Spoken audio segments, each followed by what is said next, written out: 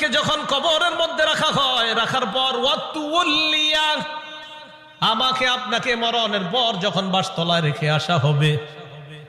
আসার পর তুওয়াল্লিয়া, আমাকে আপনাকে যখন পিছনে রাইখা যাহাবা আসহাবুহু, সাথীরা যখন চলে আসবে।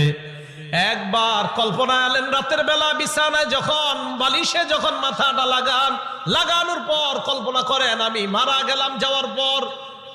বাসতলায় কোন কবরের মধ্যে আমাকে রেখে আমার আত্মীয় স্বজন চলে আসছে, ব্যাপারটা কেমন একটু চিন্তা করেন।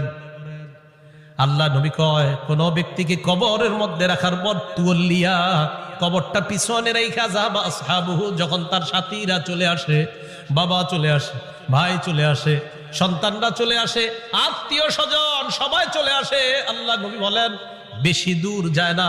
হাত্তা ইন্নাহু লা ইয়াসমাউ কুরআনি আলিহিম, আমরা যে হাইটা